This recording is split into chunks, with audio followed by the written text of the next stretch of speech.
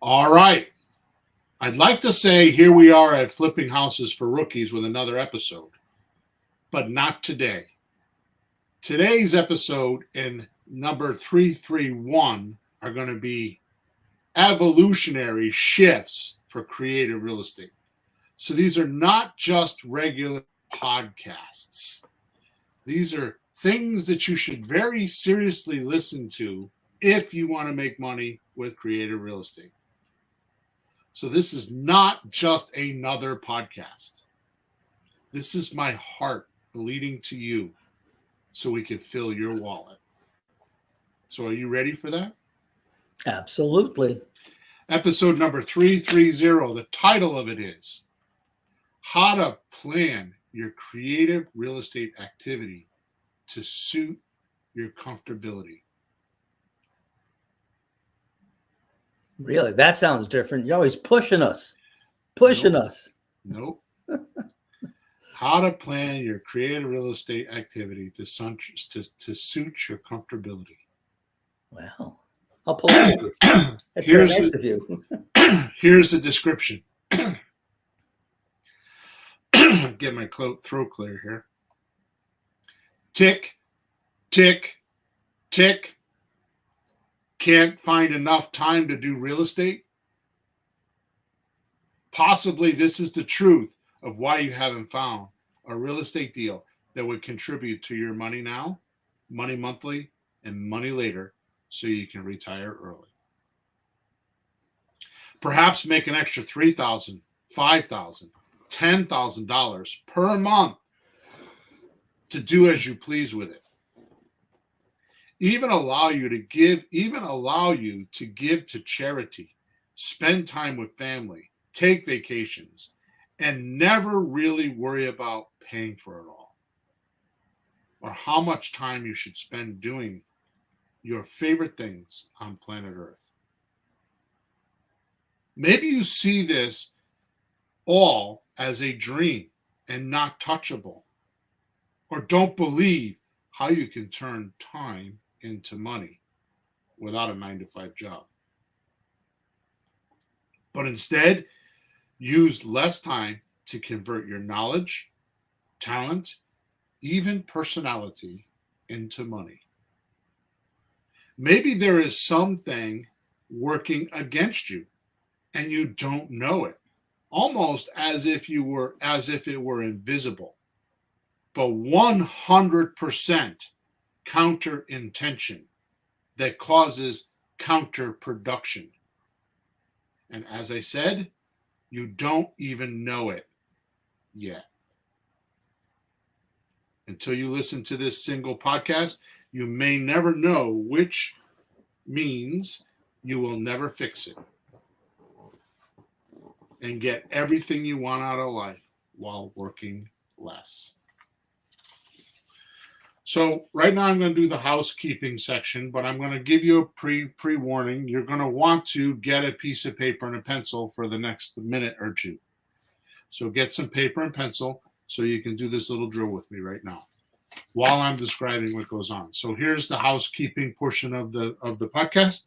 So we record this podcast every Thursday morning, 9:30 a.m. Eastern Standard Time. We live stream it when we're recording onto Facebook, YouTube, and Twitter. I didn't push Twitter too much because it wasn't that great of a platform, but it has a new owner now, and I've been pushing it a little bit more, obviously. Mm-hmm. Also, wherever you're watching us or listening to us, please make sure you subscribe to us so you know when we're on the air, and or like us or dislike us, whatever you feel about us, and leave us a review. Also, in the description of wherever you're watching us or seeing us, there's always a link in that chat or in that description. And I put some amazing things there. I've put courses worth $1,000 or more in there for free and not told anybody. I just tell you to go look at the link. It's like a jackpot, Peter. It's like going to the casino and pulling the lever, and sometimes you win and sometimes you get something better. It's like the Price is Right. There you go. Door number 1, door number 2, door number 3. And I'm not telling you which door, but there is something behind every door. Mm-hmm. It's like those scratch cards. Scratch this off. Go to the auto dealer. See if you won a coffee cup or a car. There you go. All right, cool. So the last thing I'd like to say is that we have a private messenger group, a WhatsApp messenger group that's called Let's Talk Real Estate. If you want to be around like-minded people, it is a free group. You can go to What's Messenger and just type in Let's Talk Real Estate and you'll find us. Or if you want to speak to me personally or have questions, you could go to flippinghousesforrookies.com. Top right-hand side is a support ticket, and you can send me a support ticket. I usually check it, usually twice a day, sometimes only once a day, depending on how many deals I'm working on. Okay. Last thing is, as we're broadcasting this 9:30 on Eastern time, 9:30 Eastern time Thursday mornings, you can go into any one of the platforms, Facebook, YouTube, or Twitter, and you can send us a question from any one of those platforms. I can see it in front of me. I beg of you to only ask questions, or actually, you can ask any question you want. The only questions I'm going to respond to are the ones pertaining to the podcast. Any other questions, please send a support ticket or go to the WhatsApp Let's Talk Real Estate group. Okay? All right, Pete, here we go. Okay. In about 2 minutes, I'm going to ask for a moment of silence. Okay. Get your paper and pencil ready. Here it is. I want you and all our listeners to write down 3 to 5 things you absolutely love to do. 3 to 5 things that make you feel totally incredible, that you would move mountains to have, that you think about so much that it takes over your thinking. What are those 3 to 5 things? Good. A moment of silence, please, so you can jot them down.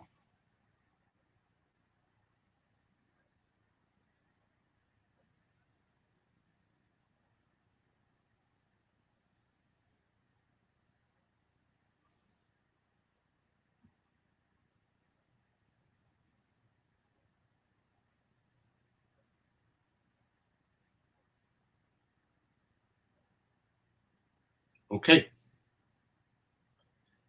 Now what I want you to do is on the left of each one of those things you wrote down, or on the right, I don't care which side it is, but I prefer to write it on the left-hand side. I want you to put how many times per week or month you do these things.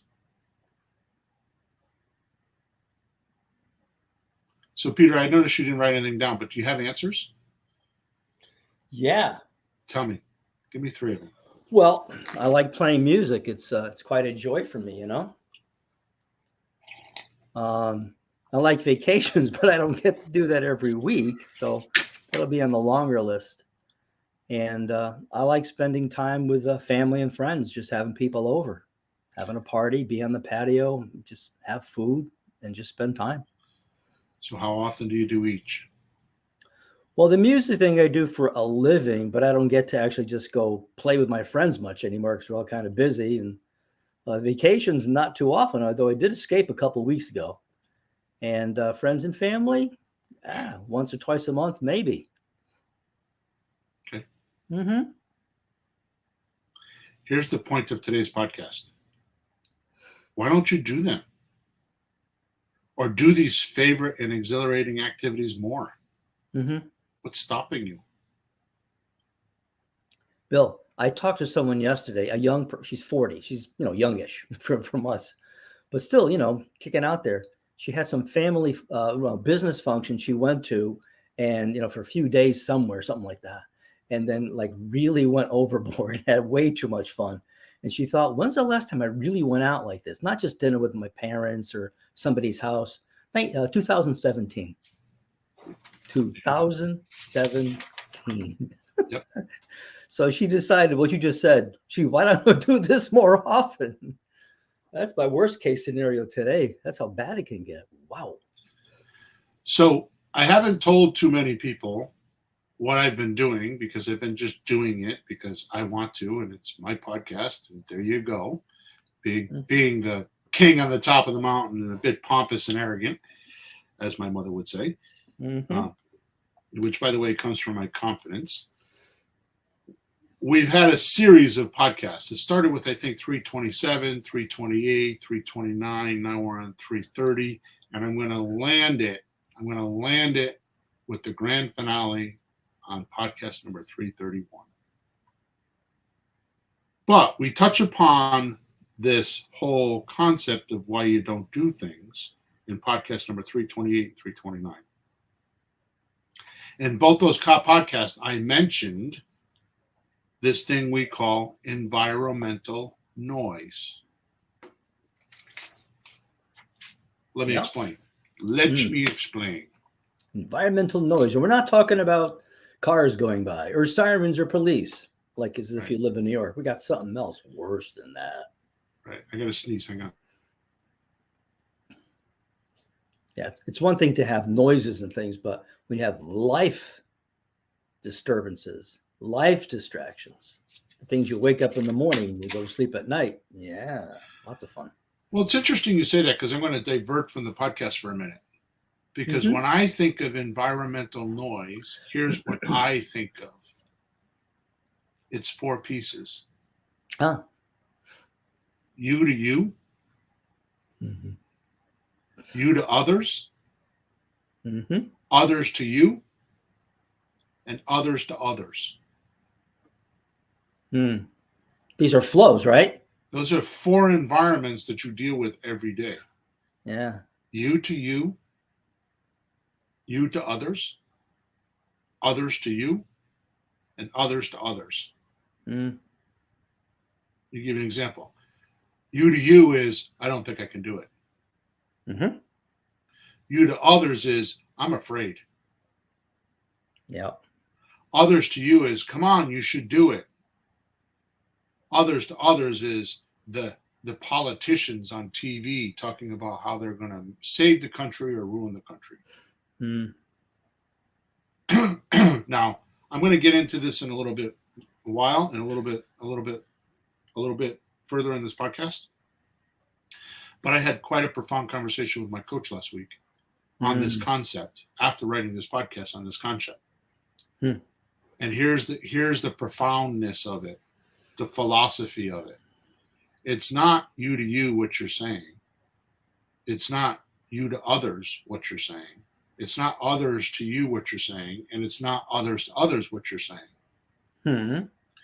It's your relationships with those beliefs.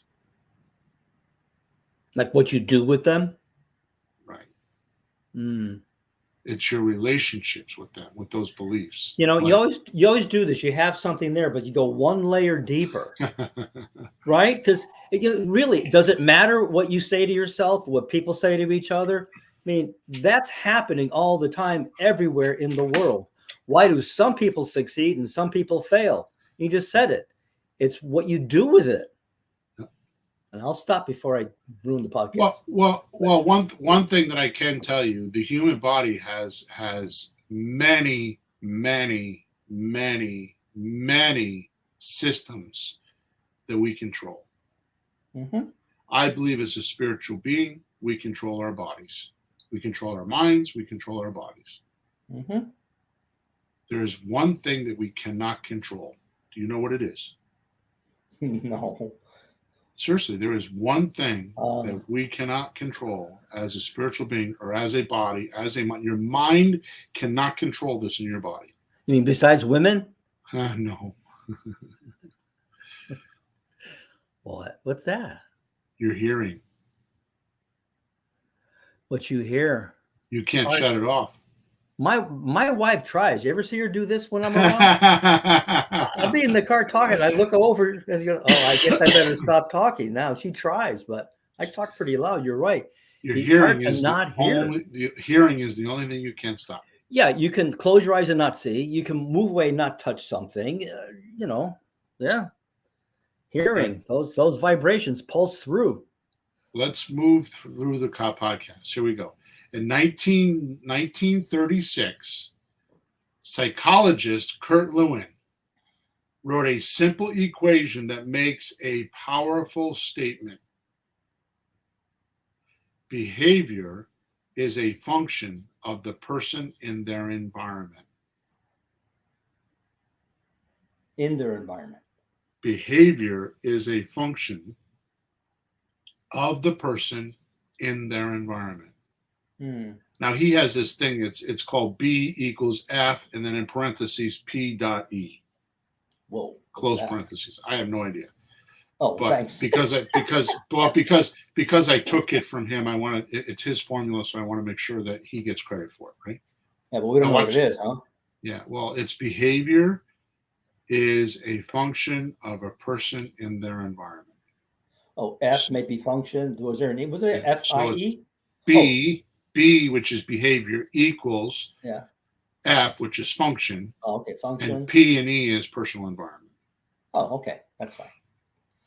In 1952, economist Hawkins Stern described a phenomenon he called suggestion impulse buying,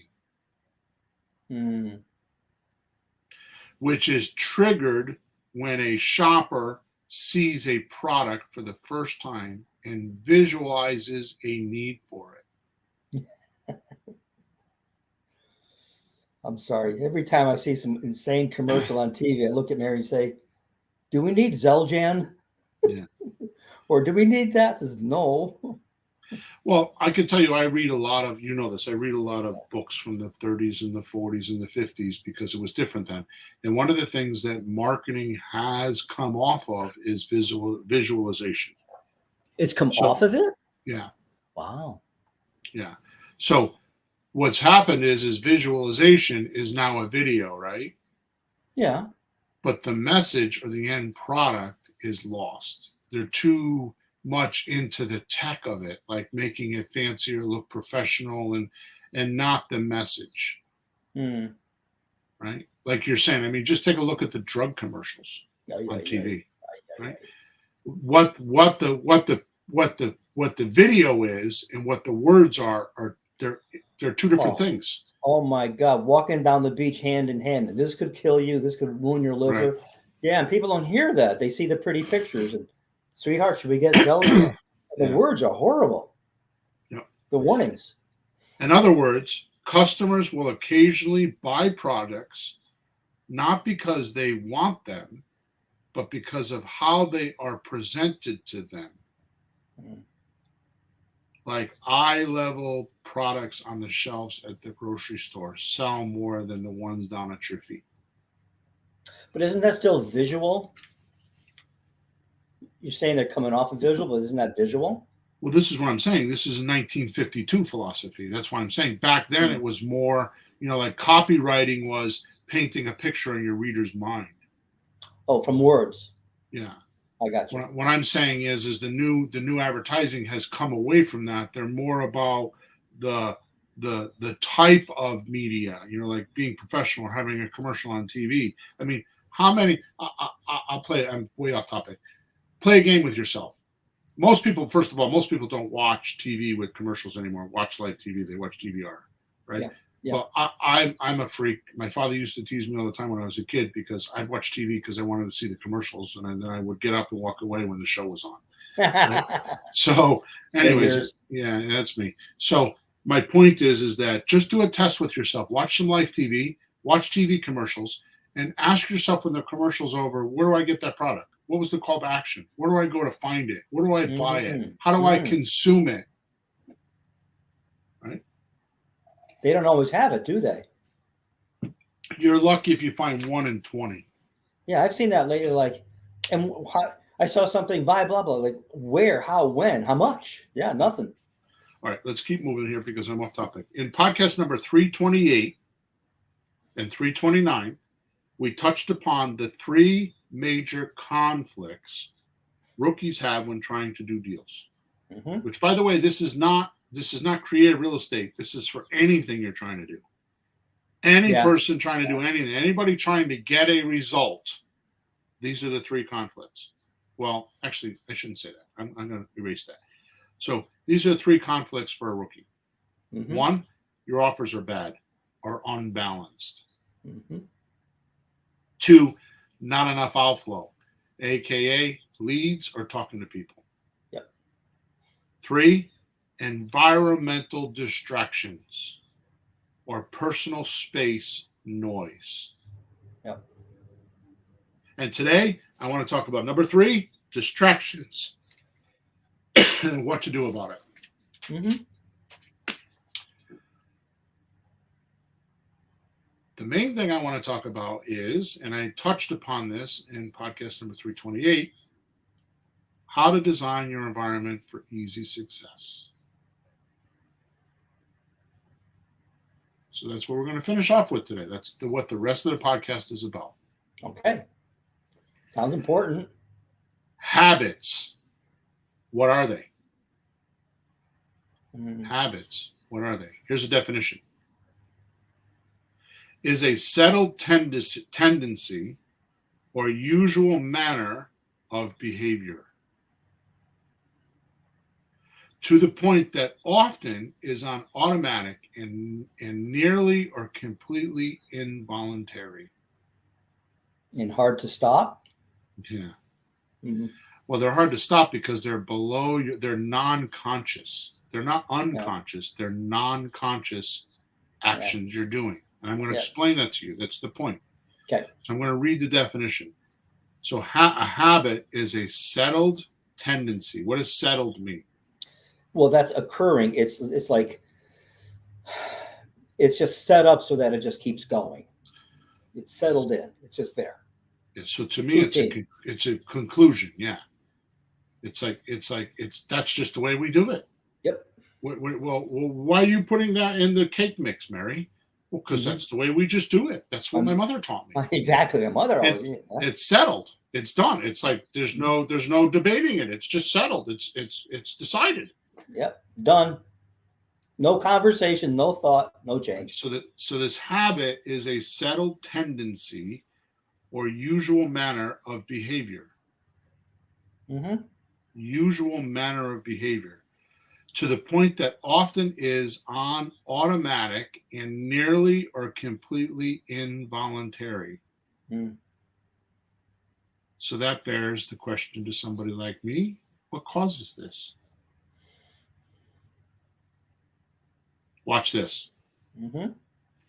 What if your space or your environment, when I mean environment, I mean like what's around you right now. It's the things you can see.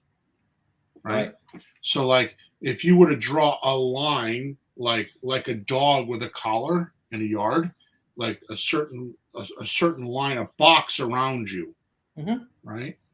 And those are your points of like anchor. They're the furthest points you can go because you can either see them or you can travel within that box. Yeah, or you're comfortable. You're comfortable in that box. Right. Like you ever you have somebody like walk up to you, they're like 2 inches from your face. That's too close. Yeah. And some people can't venture beyond their city, their space. It's like your space where you feel comfortable putting yourself into the space.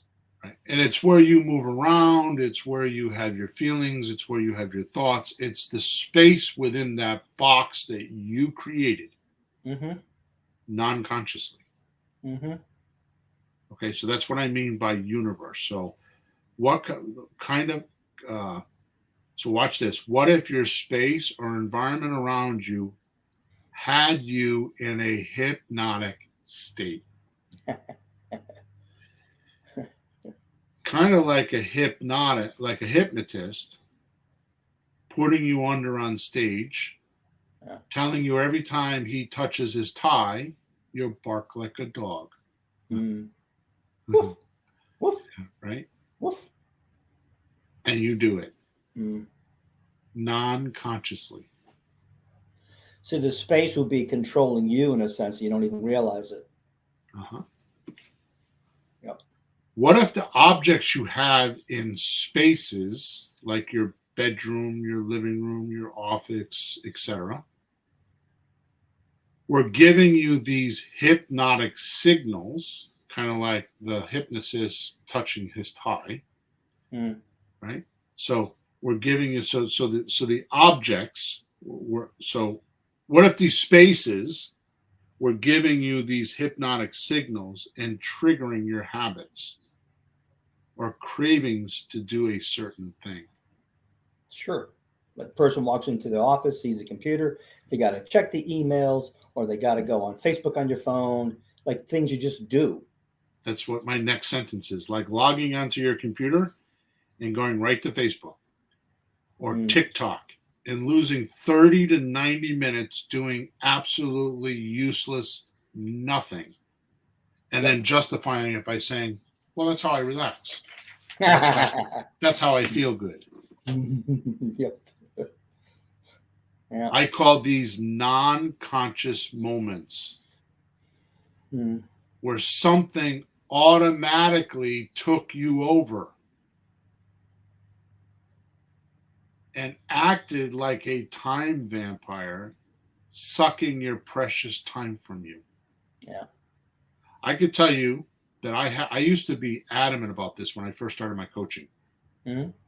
And I had a drill that I used to do that we did for time blocking. We used to do this at events, right? And we used to get a piece of paper and we'd put it landscape, which means the length is left to right, not top to bottom. Yeah, sideways, right? Yeah. And we draw a line down the middle.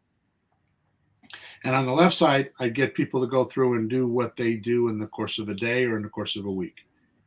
Write all the things on. And that included grocery shopping, laundry, it included sex, it included drinking with your buddies, it included work, it included kids, everything. Then on the right side, I would have them put all the things that they wanted to do. Then we would actually get a physical calendar book, like an actual book, in writing. I don't want to do this online because online loses its touch. And I would take those things off the page that they wrote down and plug them into the calendar like a puzzle. So they were done with the drill when they could put everything on that piece of paper into a time slot in the course of a week. Yep. And here's what I found. When you start time blocking, it takes about 2 or 3 weeks to settle in. Almost 100% of the time, the people that did it found out they had more time than less time. And it was because it wasn't this non-conscious, automatic, hypnotized session where they were just going through the day and they were just doing things they thought they needed to be doing, and it wasn't planned. It's a difference between being proactive and reactive. Exactly. Right? That's a good thing to call it. Yeah. So unfortunately, the environment that we live in and work in often make it easy to not do certain actions because there is no obvious signal to trigger the behavior. Out of sight, out of mind. Yeah. It is easy to not practice. This is for you, Peter. The first one, I give 3 or 4 examples. It's easy to not practice the guitar when it's tucked away in the closet. It's easy to not read a book when the bookshelf is a room that you don't usually go into. Right. It's easy to not take your vitamins when they're in a cabinet that's not used much. Out of sight, out of mind. Yeah. There's no triggers. There's no cues. Right? Yep. Go ahead. I got this image about a minute ago of 100 years ago, 200 years ago. You wake up, you're hungry. You have to go gather some food outside. You're thirsty. You have to go to the well and get water. You're cold. You have to go get some wood and make a fire. Go outside to pee. You go outside to pee, the outhouse outside. And then you have to go take care of things. Where's the cow? Take care of the crops. There was no Facebook in the morning. There was no put the TV on in the morning. There was so few distractions. You want to hear a really, really what I consider interesting fact? So I watch things like Food That Built America. Yeah. Now, I don't care about the food, but if you watch them, serially like I do, like you watch 2 or 3 at a time, because they're only 45 minutes. So sometimes, on a Saturday night or Sunday night, I'll watch stuff like that. Or at lunchtime, I'll watch one. Anyway, so the point is this. if you watch them, one after another or in a short period of time, like within a week, I noticed, and you will notice too, that the underlying message is the same in all of the shows. No matter who it is, no matter what the product is. And they didn't do this. This is not this is not Hollywood that did this. It's on the History Channel, by the way. Yeah. What it is that entrepreneur, each one of these guys are serial entrepreneurs. And they do the same things and they don't even know one another. In fact, they're in different time periods. It's just the way they think. Mm-hmm. Right? Gee, somebody should write a book about that and compile it. Yeah. It's called Think and Grow Rich. Exactly. Napoleon Hill. Yeah. I mean, you're right that these things are, if you want to be an athlete, there's certain things to do. Musicians, there's certain things to do. Businessmen, businessman, entrepreneur, there's certain things they do. And it's not taught in college necessarily, is it? But there are these books around that show you how you have to think, plan, do, and they're similar. So we're way off topic, but I haven't read it in a while, but The E-Myth by Michael Gerber, he speaks about how this is very important data for me because I remember 20 years later. The entrepreneur or the business owner, as he says, thinks in the future. The manager thinks in present time, and the employee thinks in the past. Yep. All right. So my point in talking about the food that built America was the interesting fact that I got off track on is, check this out. So they were talking about breakfast and cereal products. Mm-hmm. You have no idea how the cereal companies changed. First of all, the cereal companies were the one that came out with the 7 basic food groups. Oh, the food pyramid? Yeah. At the bottom, the top, yeah, what you shouldn't And eat. believe it or not, the people that were in the cereal business, here's what they had to overcome in the 50s, Peter. Mm-hmm.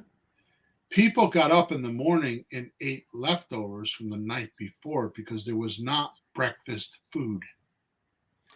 I just saw that last week. Exactly. They would just get up. My father told me he'd get up and have last night's bread and grab a bunch of grapes off the vine outside. This is Italy. That was breakfast. They didn't sit there with Cheerios. Right. And they were too heavy. They were too heavy for the stomach when they would go to work and kind of sit, not move around. Right. Wow. All right. So let's move on. By comparison, so we have all these things. If there's not something in your environment, it doesn't remind you of a habit, it doesn't trigger anything, and you don't do it. Mm-hmm. So by comparison, meaning the opposite, if something is in your environment, creating or arranging your environment with these signals can draw your attention towards desired habits and not be ignored, right?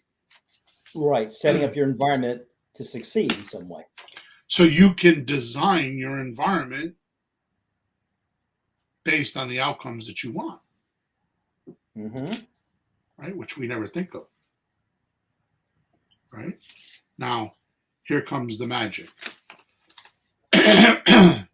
These subliminal signals, what does that mean, subliminal? Well, it's below your consciousness. It's not unconscious, but you're not paying attention. It just happens and it triggers something. You might not even notice it. It's covert, kind of, right? Yeah, and they use it in commercials. If they have a pretty girl sitting on the car, you want to buy the car. So here's a perfect example of a subliminal signal. Tom Cruise, as you're aware, not my favorite. Yep. Right? He does Top Gun. Right? Everybody watched Top Gun, the first one, not the second one. As you're aware, I didn't see the second one. You and my wife saw it, and me and your wife saw a superhero movie. Yeah. We split up in a movie theater. I wasn't going to give that guy any credit. So anyways, here's the point. After Top Gun, the first time, do you know what happened? 2 things happened after that movie was released, and it was a box office hit. the Air Force had the most amount of recruits in history. Yeah. And the sunglass company that sold the sunglasses Oh my God. became billionaires. What about the motorcycle guys? No, I've never read about that, but those were the two things that were noted. Those were subliminal messages. Yeah. Okay. So these subliminal signals that get you off, good or bad, that set you off, not get you off, that set you off, good or bad, become associated with the objects in any given space that in your work or play. Yeah. So it's the objects that set the cue or set the signal, right? Sure. And I don't mean your habits are defined by the objects. What I'm talking about instead is our relationship with those objects. Mm. And the connection to our certain routine or habit. Like in episode number 328, I talked about the candy bar at the chair where you watch TV. So you sit down after dinner and you're like, oh, half an hour in, I want something to eat. Oh, there's a candy bar. Yeah. Right? Mm-hmm. I mean, I told the story back then too. I'll say it again. It's like when I hired a diet coach who's a friend of ours, right? Mm-hmm. First thing she did was come in with plastic bags and clean my kitchen out. Right? Those are triggers. Yeah. And she took all the bad shit, and then we went to the grocery store and we put all the good shit in. And it worked for quite a while. Mm-hmm. Right? I don't mean your habits are defined by the objects. That's the key. Mm. It's the relationships. Right? Yeah. So instead of looking around and giving any given room, right, wondering if you're hypnotized by your pencil, right? Mm-hmm. Instead, start thinking about the relationship with that pencil. Like, do you put it in your mouth and chew on it while you're thinking? Mm-hmm. Without being aware you're doing it. Mm-hmm. And feel it helps you to think. Right? Computers are that way, right?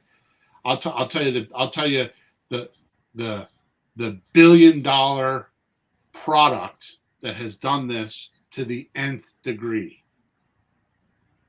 What's that? Mr. Jobs did it with a smartphone. Mm-hmm. I remember one time my daughter came to me, Jessie, my 31-year-old daughter, who's very smart. She's trying to get a PhD in English. That tells me to me, that describes how smart I think she is, right? Sure. So I'm on the phone with her, and she runs this scenario that I can't do with you right now. But she's like, Dad, imagine being in the 1920s. And I sit down with you and I tell you, and she describes the phenomenon of having a cell phone. Mm-hmm. Imagine being able to talk to your friends on a device in your hand anywhere in the world. Imagine being able to go look at any picture you want. Imagine watching TV on your phone. TV, which there was no TV in the 30s. Yeah. Or 20s, right? Yeah. Imagine seeing, and she just went on with about 6 or 8 different things.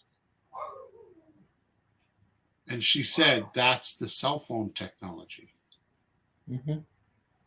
Which, by the way, didn't come around until when? The 90s? Well, cell phones, but then the smartphones, I think that was just really recent. Kind of. Smartphones is a really crazy part. Yeah. Right? Yeah. So that's an environmental trigger. Mm. Right? Oh, I'm bored. Go on Facebook. On your phone. Mm-hmm. Right? Whereas once we would have gotten up and done something, plant some vegetables, clean something, build something. How about this? This happens all the time to me. I'm in the cigar shop. A bunch of guys are sitting around talking, right? Mm-hmm. Something comes up and they're like, Google it. Hmm. Now, here's the part that really aggravates me. Just because I put stuff on Google, I put a lot of stuff on Google, and nobody critiques my information. Now, I feel like I'm ethical with it, but I know that there are a lot of people that aren't. So just because it's on Google doesn't mean it's true, or it's on the internet. Does that mean it's true? Which, by the way, and I'm way off topic here, Google is not the internet. You realize that the World Wide Web, WWW, is the internet. All Google does is it goes to the internet, brings it back to their servers, and it indexes them, which means just like a book. In the front of a book, you have an index. All Google's doing is taking the World Wide Web information, which, by the way, they don't monitor, they don't control. All they're doing is downloading it to their computers, and they're indexing it. So when you search it, you can find it easily. That's Google's.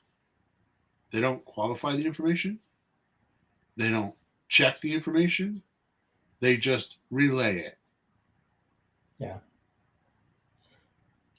There's a big problem in our society right there. The qualification of information, which goes back to the visual part.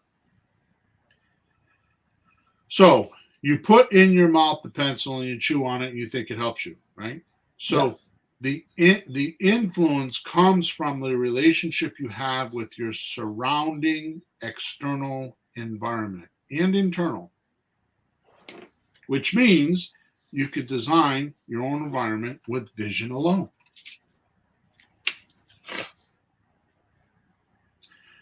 The things you don't want, the bad habits, can be removed from your vision. So they're out of sight and out of mind. Right? Yeah. And the new habits can be moved into present time sight and put in certain locations so they will cue or signal you to do them.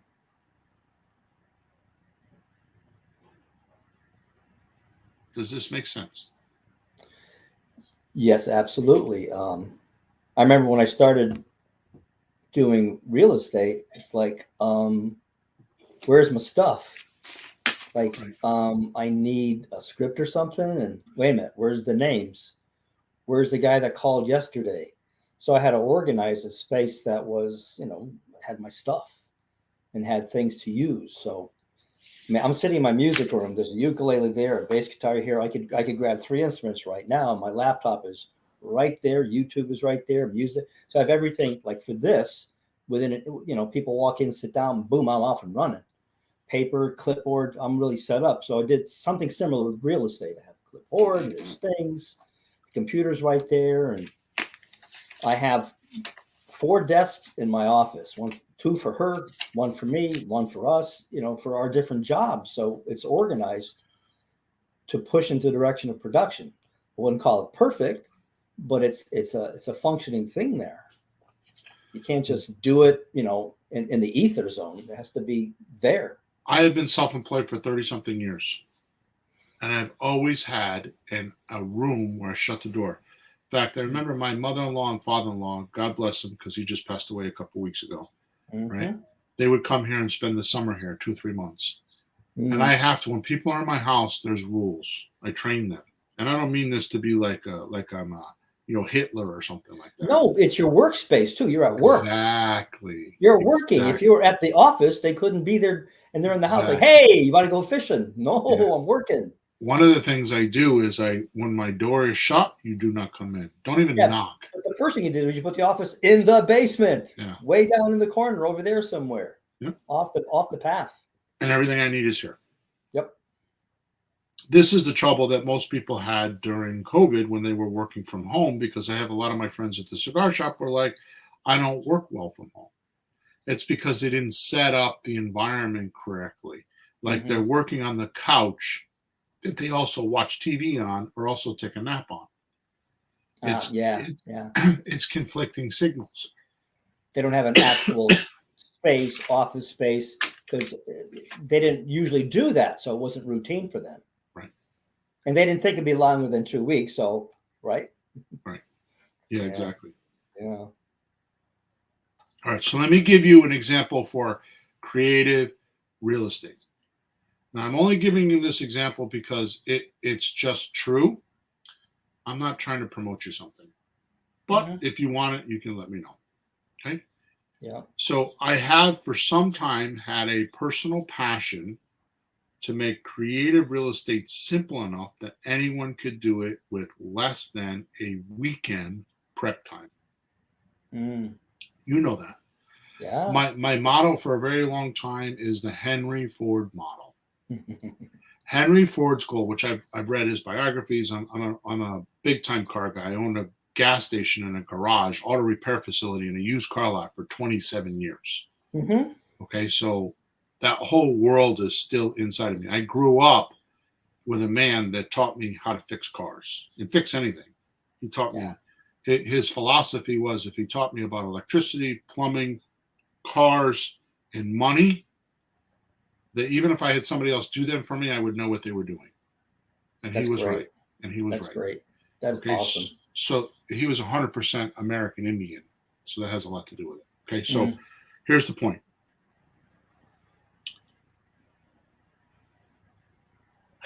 Lost my train of thought. Henry Ford model? Oh, Henry Ford model. Thank you. Well, Henry Ford, well, because I'm a car guy, right? By the way, you want to read a really cool book, read a book about Lee Iacocca, because I don't know if you guys know this or not, but Lee Iacocca actually built Ford in the second stage. After Henry Ford left, Lee Iacocca built that company. He saved it, right? They would have trashed it without him. So Henry Ford said, I want every American to own an affordable car. So much so that I thought he invented it, but recently I found something different. But he was the one that advocated a 40-hour work week because he wanted his employees to go on the weekend and drive their cars.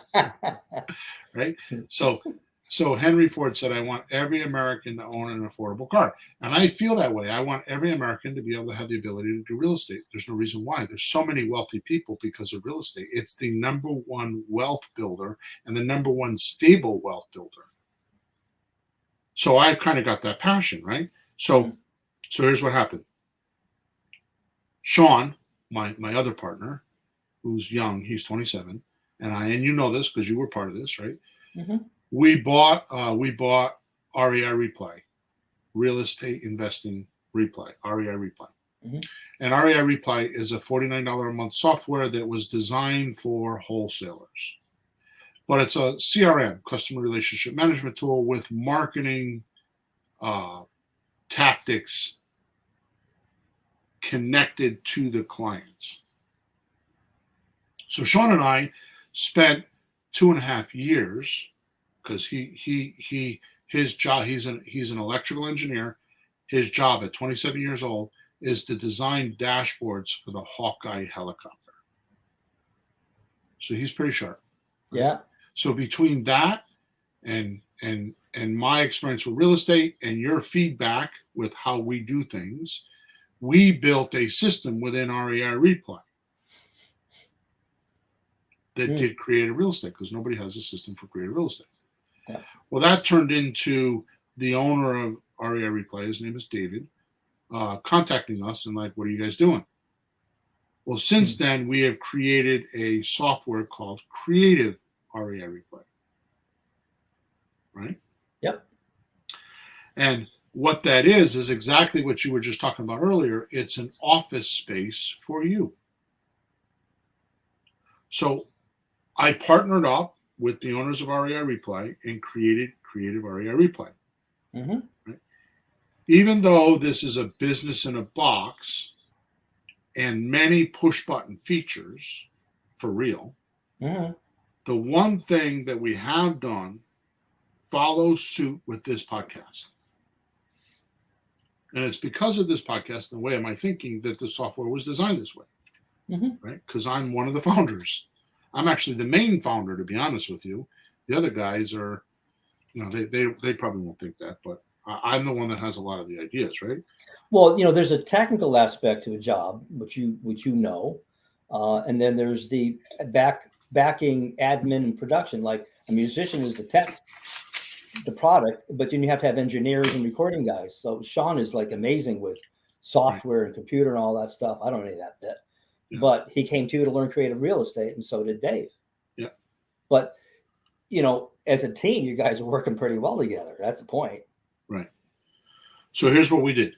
Is we created this system, and the first thing that we did together is when you get this creative REI Replay account set up, which there's an onboarding process. You cannot use the software without one of our support people spending an hour with you setting everything up. So we do not want you to fail. So we have onboarding, and you can do that onboarding call as many times as you want. Okay. Matter of fact, I'm going to actually call on our account either this afternoon or tomorrow afternoon because we've never done the onboarding correctly, I don't think. And our system is not working correctly. Oh, yeah, ours, yours and mine. Yeah. Really? So here's the magic. We supply every account, every creative REI Reply user that pays us monthly, we supply them with motivated leads. Mm-hmm. And here's what happens before your eyes, right? So we take these leads and we connect them to the right campaigns. I'll go over that in a minute. But here's what happened to me right before my eyes. Coaching clients who have been long-standing with me and not doing deals, all of a sudden were bringing deals to the table on our coaching calls to work on. Mm-hmm. Some of my freebie students that take advantage of all my free stuff, telling me that when they get a deal, they'll start buying my materials. Mm-hmm. Yeah. All of a sudden, started presenting deals. Mm-hmm. Also, new students who have struggled for decades. I was surprised when I started surveying people recently, like a year ago. Yeah. I was surprised that how many people have studied creative real estate for 2, 5, 10 years, decades, some of them. Unbelievable. And in most cases have spent tens of thousands of dollars on courses and coaching and haven't done a deal. And with Creative REI Reply, all of a sudden, they're doing deals within a 30-day period. Okay? Yep. And I know this because of the support tickets. And every Thursday night at 7 o'clock, if you're part of the community, we do a support Zoom call, and I spend an hour, and very often it's sometimes it goes as an hour and 30 minutes. I try not to, but it's an hour and 10 minutes, hour and 15 minutes. Mm-hmm. And I answer all the questions, including that Sean's there with me, and we either do the technical questions for the software, or I help you with deal structuring if I can. Now, I'm not going to coach you, but I'm going to put you in the right direction. I'm going to tell you which video to look at. I'm going to show you where to go. Yep. Okay. And because of all this help, plus we have Facebook group, all that stuff, right? Mm-hmm. Now I 100% attribute all this success to what I'm talking about in this podcast. 100%. Only because when you decide to do real estate, like it's time for you to work on your real estate. Yeah. You log into your office, and there are conversations sitting there waiting for you. Started without you. This happens because we find your leads based on your zip code that you give us originally. Mm-hmm. We skip trace them. We put them into your account and hook them up to the correct marketing campaign, so that the correct conversations are occurring with your sellers. All automatic. By text. We do it. Right? Mm-hmm. Well, it's not just by text, because you're going to have phone calls with them, right? I mean, it starts with text and sometimes messages. Yeah. You've used videos to send to people. But I'm just saying that, when you say we start conversations, just in case somebody's wondering, like I got one, Bill, I got one for myself yesterday. I tried to sell me one of my own houses because it came up on the system. Mm-hmm. Yeah, but they'll be there. It'll be started and they'll be responding so you can pick up. That the terror of calling somebody cold, well, you don't have that anymore. Right. Yeah, and we have videos and we have documents and we have all kinds of things to pre-qualify the seller. So by the time you get on the phone with them, they know what you're talking about. These sellers responding are your environmental cues or signals. That's what you need to do with regard to your real estate activity today is put yourself in that environment. Control it. I'm not saying you have to buy Creative REI Replay, but and I'm telling you because I have tried. I had quite a budget for a while, and Sean and I spent money for quite a while trying to figure out how to run our own business, our own creative real estate business. And I know, like what's his name? Joe Crump? No, Joe Crump has software. Yeah, the guy before him. A couple of years ago. Yeah, out in the Midwest. Wholesale and lease options. Yeah. Joe McCall. They have software. Yep. But first of all, the learning curve is extraneous. And second of all, they don't have it automated like we do. I mean, today, in fact, I'm going to show it to you once we're done here. I actually have a calculator that has taken us months. We actually, it was my idea. Sean and I worked out the math in an Excel spreadsheet, and we hired a developer, a computer developer, actually two of them. We hired two people.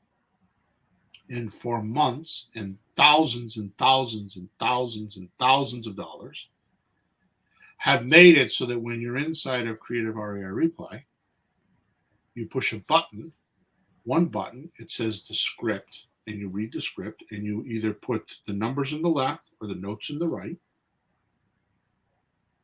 And when you're all done with the script and you gather all the numbers, you push a button that says calculate. A pop-up screen pops up in front of you, and the numbers you put in are on the left. And on the right, all 7 of my deals are there, and it tells you with a red, yellow, or green light on what deals you could do. You do this while you're on the phone with your customer.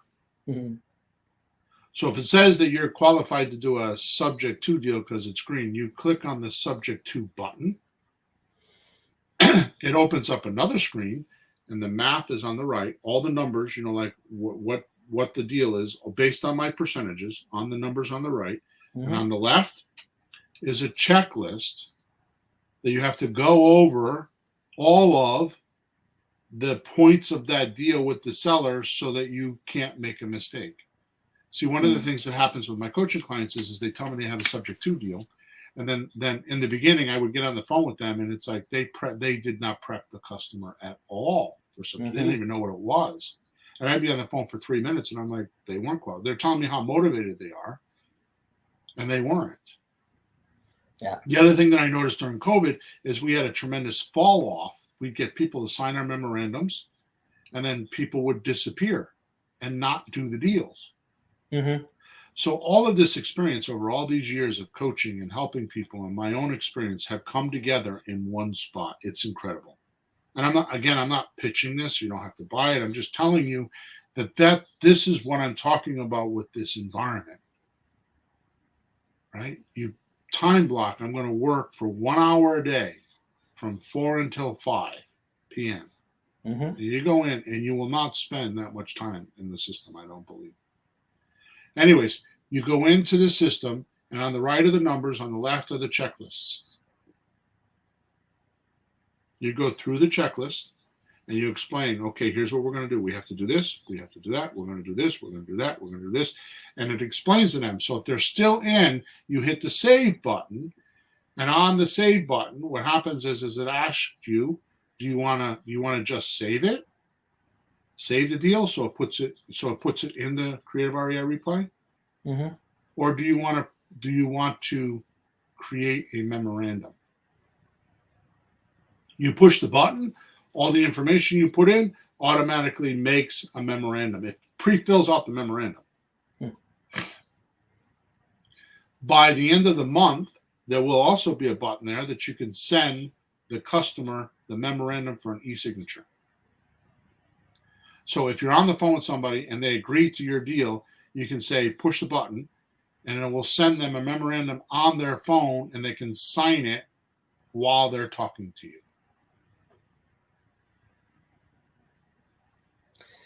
Crazy. It's incredible. Very crazy. It's structurally laid out so it is almost impossible to make a mistake. Well, the next step is always sitting in front of you. Right.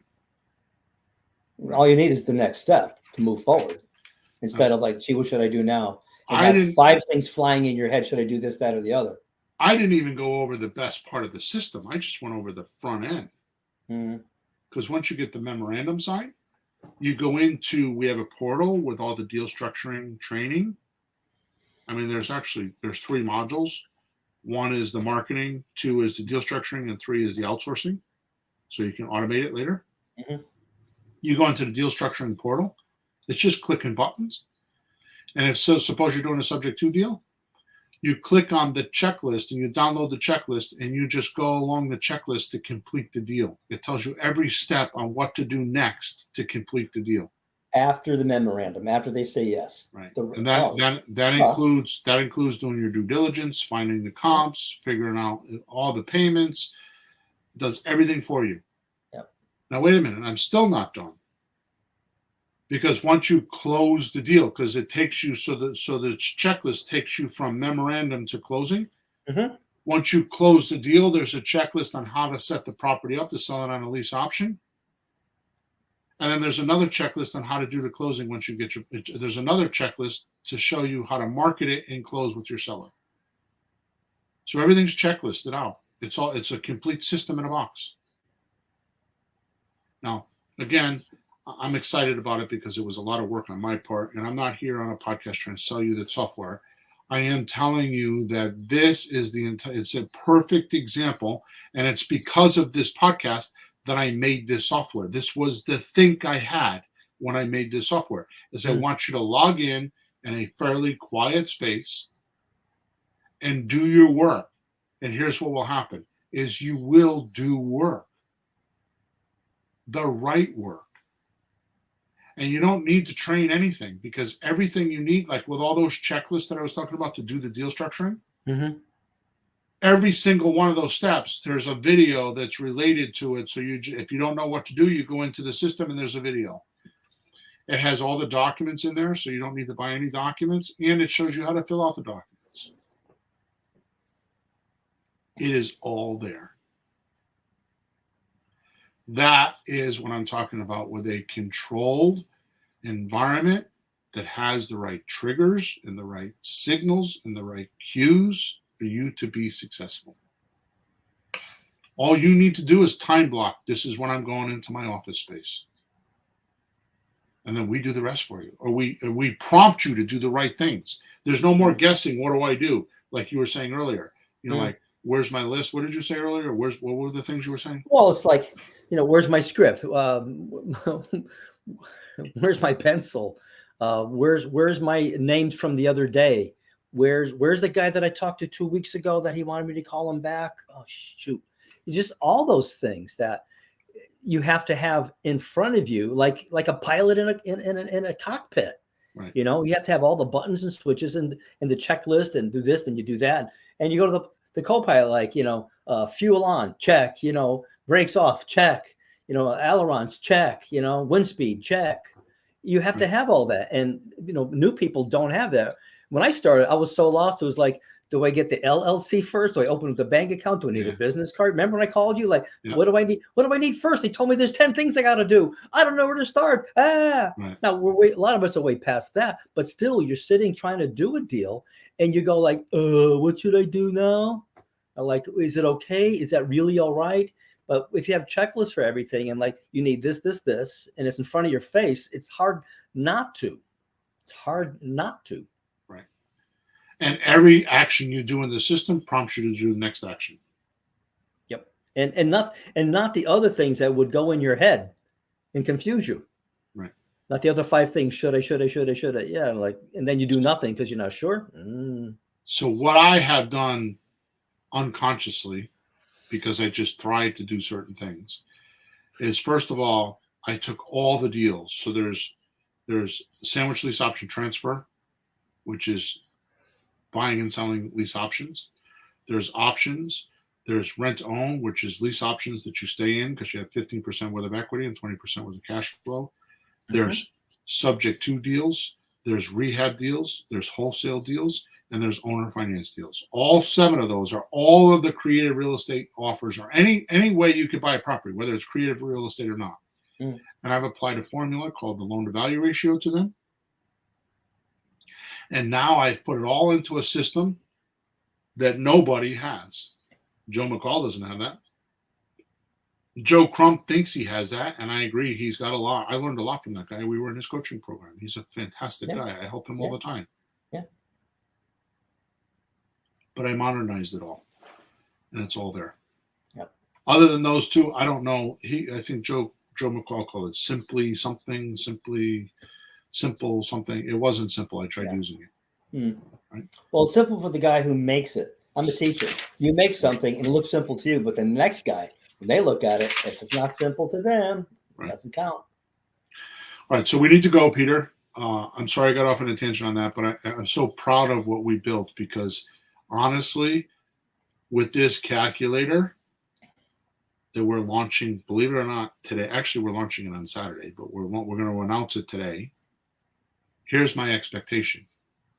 Where it used to take me a year to change or more to train an acquisition manager on what to say and how to do it, I can now do in an hour. And we take acquisition managers from being acquisition managers to order takers. I have expectation with you by the end of the year to have a VA actually doing our closing call techniques with this calculator, working an hour a day or an hour and a half a day. That'd be incredible. Now all we need to do is go in there and approve the deals. Who's got that? Yeah. All right, so we need to go. I would like to personally thank James Clear with his book, Atomic Habits, for introducing to me